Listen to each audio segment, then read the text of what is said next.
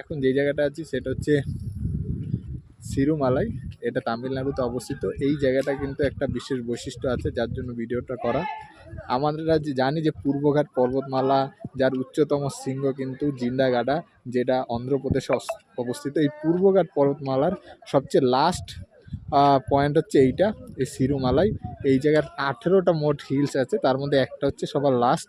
এই জায়গার হচ্ছে পূর্বঘাট পর্বতমালার শেষ, যেটা উড়িষ্যা থেকে শুরু হয় এবং শেষ হয় কিন্তু এই তামিলনাড়ুতে এসে। আর এর পাশেই আছে পশ্চিমঘাট পর্বতমালা, মাঝে আছে নীলগিরি পর্বত। তো নীলগিরি পর্বতমালা কিন্তু ও পশ্চিমঘাট আর পূর্বঘাট পর্বতমালা এই দুটোকে কিন্তু বিভক্ত করেছে।